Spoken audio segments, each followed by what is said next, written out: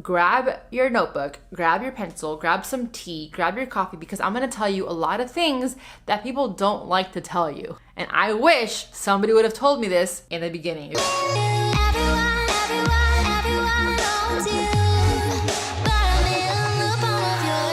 Hey guys, welcome back to my channel. I am so excited for this video because this is episode 1 of Behind the Brand. I told you guys that I wanted to give you an inside look in Lavavi, what it's like to have an activewear brand, the whole process, what it takes, and this is going to be the very first episode. I was going to give you a story time type video of Lavavi, where we've been and where we're going, but first I thought it'd be better to give you pretty much a to-do list, like a checklist of how to launch your own activewear brand if that is what you want to do. Now, grab your notebook, grab your pencil, grab some tea, grab your coffee, because I'm going to tell you a lot of things that people don't like to tell you. And I wish somebody would have told me this in the beginning because it would have saved me, number one, a lot of headaches and a lot of money. Before we get started, if you're new here and you like what you see, don't forget to give this video a thumbs up, as it really does help my channel out, and don't forget to subscribe so you never miss a video. But without further ado, if you want to learn how to launch your own activewear brand, girl, then keep watching. Or guy, anybody can learn. Let's go. My name is Yami and I own Lavavi. It's an activewear company, and I just want to be more transparent, help you in your process, and just kind of give you guidelines on how to launch activewear. So with this new series, I'm going to give you a behind the scenes look into Lavavi, what it takes to run an activewear business, how to launch products, how to design products, what's all included, and kind of just give you a more detailed look into the side of the business. But before I got into my business, I kind of wanted to lay out what are the steps, the actual physical steps on how to launch an activewear brand. So first and foremost, you have to understand why you're getting into this. I'm gonna be honest, I kind of just fell into this. I didn't think one day, I want to start a cut and sew company. No, it was never like that. I kind of literally just fell into this. And I'll talk a little bit about my story in the next video. But the first thing you want to do is really understand that this is going to be a struggle. You know, if you don't come from money, if you don't have an investor, if you don't have partners, this is going to be, you know, a lot. And I run my business completely on my own. I haven't had investors. I haven't had any financial help except with, you know, $2,000 from a family members, but it has been a struggle, and you have to just get to your why you want to start a company.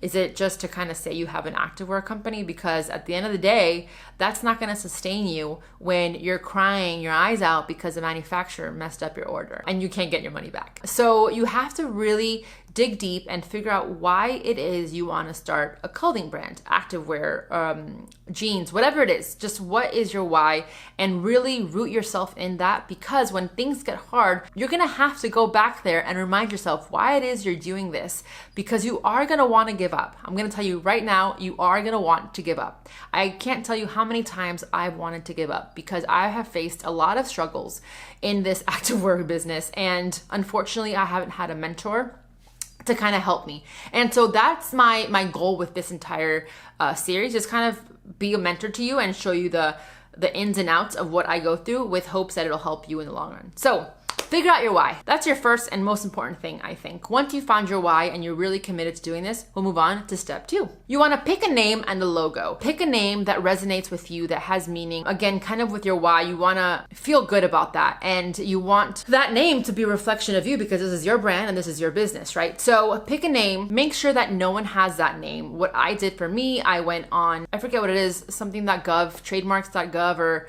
something like that. I'll put it in the description box below. But you want to go on there and check that your name has not been taken. Check Instagram, check websites, check Google. Really do your research when it comes to finding out if the name has been taken, because you don't want to get down the middle of the process where you're almost done and you get a cease and desist letter from a company because you have the same name or the same domain, the same logo. So really do your research to find out if anybody has that name. And if they do, just move on with the next idea until you find one that hasn't been taken and one that you love equally. Now, with a name also usually comes a logo. My company, the name and the logo is one and the same, so I only have the name and the logo. Lavavi is the name and Lavavi is the logo in the cursive. So if you have a logo that you want, again, make sure that that is not taken, because it might be. You know, there's only so many new things in this world, and you really want to do your research so that you have that name and logo be free for use. Step 3, product design. What are you designing? What are you launching? Is it activewear? Is it loungewear? Is it just strictly leggings? Is it sports bras? Is it a collection that has 6 to 7 pieces? What is it? And once you do, write this stuff down. You're not writing enough when you own a business, right? So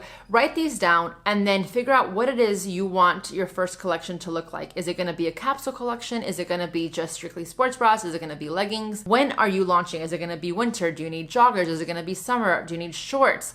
There's so many things that go into it, and you really, really have to think it out, and you have to work backwards. So if you're starting, in January and you want to launch in February, I'm sorry, it's not going to happen. You have to have at least 90 days from start to finish, and that's like cutting it close. I'm going to say 120 days from product design to launch date, because it does take a long time to get the samples, revise samples, send it back, the whole thing, and you want to give yourself ample time to hype up the launch and actually launch and have a success. So something I like to do is to create a mood board. It could be a physical mood board, it could be a Pinterest mood board.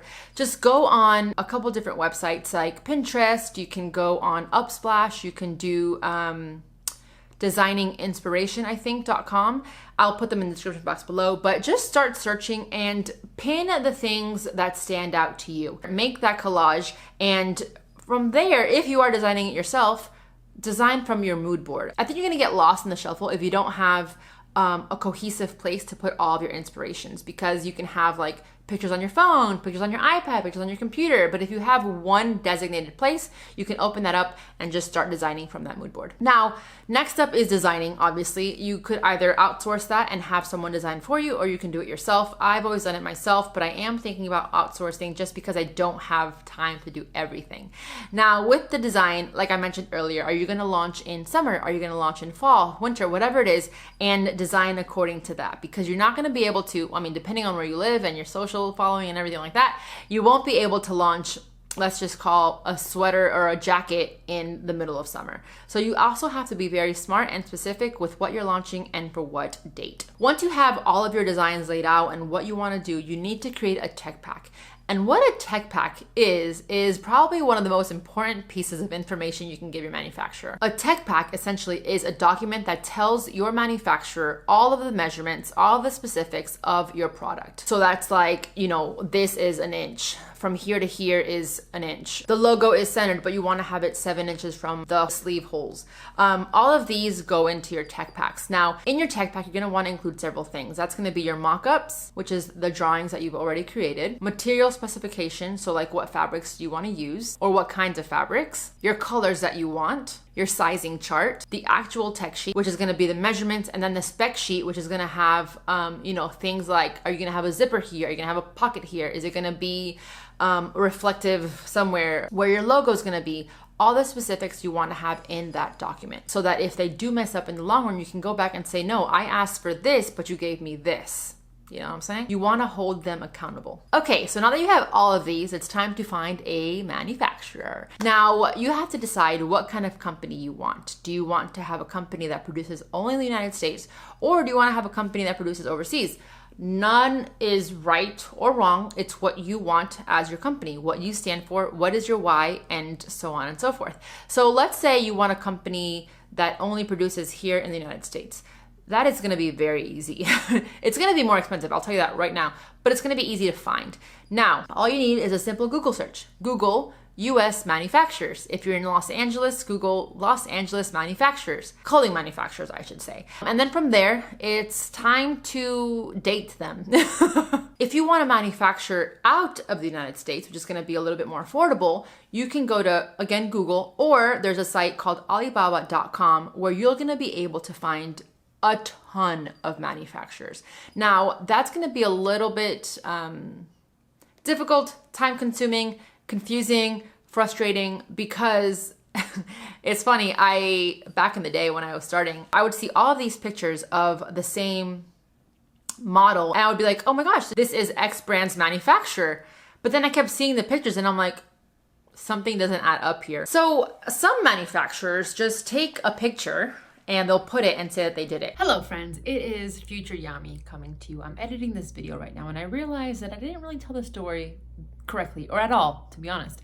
What I was trying to say is that when I was starting out, I would be on Alibaba and I would see a picture from a brand's site. So like the model that they're using for their actual website as their product picture.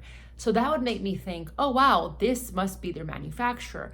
But what ended up happening is that I saw this exact same picture from different manufacturers. So the same picture was being used in a ton of manufacturers. So what I was trying to say is that some brands will take the picture from the brand's website and say that they produced it. Hope that made sense. Okay, back to the video. And they're blatantly lying. They're lying. So sometimes, which has happened to me in the past, I would go with the manufacturers, get my samples, and they would be bad.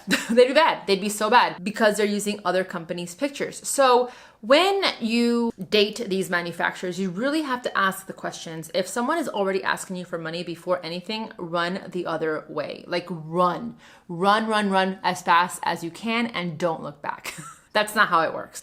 They want to establish a relationship with you because they want to keep your business for the long run, not just one launch, not two launches. They want you to work with them for an extended period of time. Now, I have had such bad luck with manufacturers, but that'll be in a separate video. But you want to make sure that you're establishing a relationship. You can understand them because if it is overseas, it's going to be a little bit of a communication barrier. So just make sure that they understand you and you understand them. Now, a couple things when it comes to finding a manufacturer, you want to make sure that you ask these questions before you give any money, sign any documents, any of that stuff. You want to know what the MOQ is, which is the minimum order quantity. So some manufacturers, if you're using like Alibaba, it's going to be from 150 to 250 MOQs per color, per style. For example, that means if you want to launch a pair of leggings, one design, 3 different colors. So you'll have to do 150 pieces of the one color in that one style. If you want 3 pieces, you're going to have to get 150 of each color. So if you don't have a large social presence, or if you don't have a marketing campaign that you have a plan to sell all of these pieces, you have to be very, very careful to not order that many because then you're going to be sitting on a bunch of product. I'm sorry, y'all. I keep editing this video and I keep forgetting to say things. So I'm just gonna, insert it here. I forgot to mention that when you have MOQs, typically when the business is just starting out and doesn't have a lot of capital, aka a small order, the manufacturer will only allow to do 3 sizes. That's why a lot of companies, to begin, they don't offer as inclusive as they'd like, just because they don't have the capabilities to. Once the company grows and is able to order more quantities, then the manufacturer will allow more sizes. I hope that makes sense. Usually manufacturers just allow 3 sizes for the initial order based on the MOQ. If you're gonna order the minimum quantity that they allow, then more likely than not, you'll only be able to do 3 sizes. I have found some manufacturers that do 50 MOQ, and that might be a better option if you are just starting out and you're launching your first line. So one thing that I messed up with royally when I first launched was that I didn't request a quote before the sample. You always want to request a quote before you pay for the sample. You do that because if you say, I want these leggings 150 and they're gonna charge you X amount, and then you get the sample, you like it, you have that price to fall back on. Sometimes what happened to me is I asked for a sample, I got the sample, I liked the sample, and they wanted to charge me a buttload for said sample or leggings. So you always want to make sure that you get a quote before the sample. That way you can figure out if you can even afford it, and if you can, you move on. And if it's too pricey for you, you can either, number one, try to talk them down or find a different manufacturer that fits your budget. So after you have your quote and after you do all that, you request your first sample. Now the sample is going to reflect your tech pack. So make sure that that tech pack is perfect. Once you receive your first sample, number one, congratulations. You've made it this far. I congratulate you. Once you have that sample, you're gonna take it, inspect it, see if you like the stitching, the quality of the fabric, try it on, wear it. And if you like it but need to make some changes, this is when you'll make the changes. Do you wanna take it in a little bit? Do you wanna bring up the fabric to make it a little bit shorter? Do you wanna make it longer? Whatever it is, that is when you'll do it. Now, sometimes you'll have one change in samples, or sometimes like me, you'll have 3 or 4. I promise I'll get better, but I just feel like I have to say these things that I've forgotten because I want to give you the best possible advice. So samples generally will cost between $50 to $150, maybe even more sometimes, but that's just the ones that I've used in the past. $50 for any sample. So that could be a sports bra, that could be leggings, a crop top. Now, when you start thinking of heavier outerwear, the prices will go up. So again, generally samples are $50 to upwards of $200. And usually the manufacturer will give you back that money and they'll credit it from your total order. So once you have finished all the changes that you want on that sample and have decided to move forward with production, that's when you'll start to pay what you owe. Sometimes companies, if it's a first time buyer, you're probably gonna have to pay 50% up front and then 50 before shipping, or you can try to do 40-60 or 30-70. Try to do whatever works best for you. I know that sometimes it's really hard to just give that much money up front without seeing the final result, but manufacturers typically tend to charge 50% upfront and then 50 before shipping. Now, once you create a relationship with that manufacturer down the line, you can do 40% upfront and then the 60 after shipping once you expect the product. Now, once you have placed that order, the last sample you will receive is a pre-production sample. Once you get that, that is going to be what you will be getting in your mass production. So every single piece of clothing should look like that finalized sample. Now, that should be what everything looks like from your production. That is going to be the exact replica of what customers will be getting. So make sure that you look it over a couple times, really make sure that it's right so that when you approve it, you know that that's what you're gonna get. I say that because I've had bad experiences with the final sample, but that'll be a different story time. So once you've placed your order, congratulations, it is now in production. And typically they say turnaround time 40 to 60 days. I have yet to receive an order between 40 and 60 days. It's usually been 60 to 90 days and sometimes even longer. So that's why I say make sure you have ample time to hype up your launch. You don't wanna get the product and then the next day launch. You wanna have time to send out, product to influencers or people that you wanna market to so that you can help spread the word of your company, and then 3 weeks later launch and have a super successful launch. Last thing, I promise. So one thing I didn't mention at all is a different route you can take to start an activewear brand. So everything I've spoken about is you heading up the entire operation. Now there is another way. There are a lot of companies that will do all of this for you. Now, on top of all of these fees that you have to pay them an extra 10 grand or so to kind of do all of this for you. So that's what I was doing when I was in LA. I was meeting with what I thought were manufacturers. They were pretty much just, let's just call them agencies that kind of spearhead this entire thing for you. So at the end of the day, they just present these designs to you. They present fabrics, they present, collections, and you just say, I approve or I don't approve, or you'll say, I want more of this stuff. And it's up to them to then go edit and make a new design, make a new tech pack, so on and so forth. So if that is a route that you can afford and something that sounds interesting to you, there are plenty, I'm talking about plenty of companies that do that for you. A quick Google search will help you find them. Okay, so once you've placed your order, you have about 60 to 90 days to kind of figure out all the back end stuff. Where are you gonna house all of your products? Is it gonna be in your garage? Are you gonna have a warehouse? Whatever it is. Me, I started in my apartment. It used to be in this room actually, but it was getting to be too much that I rented a garage here in my apartment complex, and my HQ is my garage. That's where I house all of my product. You wanna make sure that you have ample storage for it, so figure out how much of what you're gonna be ordering, and then have everything ready so that when you do get that product, you have a place to put everything. It is this time where you also want to work on, your business side of things. Have you already registered your business name? Are you official in the state that you live in? What about your website? E-commerce is probably where you're gonna be selling your clothing. So you can either hire someone to do the website for you, or you can do what I did and do it yourself. I use Shopify and they have tons of templates that you can do.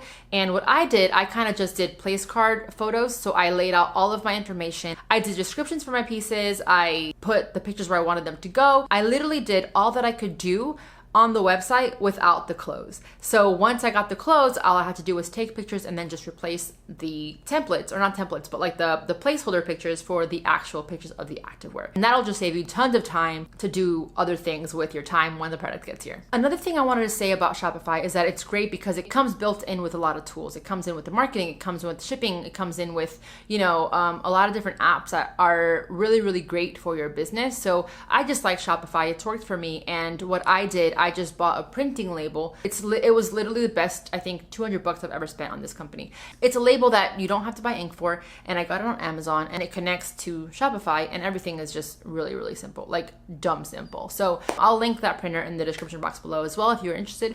But shipping is one of the things that you want to make sure that you have the best rate possible. Depending on how large or small your business is, you can actually talk to a customer representative person and they will help you figure out the best pricing for your shipping. So once your order is done, they're gonna let you know, and then they're gonna ask you, do you wanna ship through air freight or water? I always do air freight because it gets here in 2 days, literally 2 days, because it's faster, and I don't know, I just like air freight. So once you have received all of your products, it's time to take inventory and just organize where you're storing everything. From there, it's just marketing your little heart away and then launching. Congratulations, you have launched your very first activewear brand. That's it.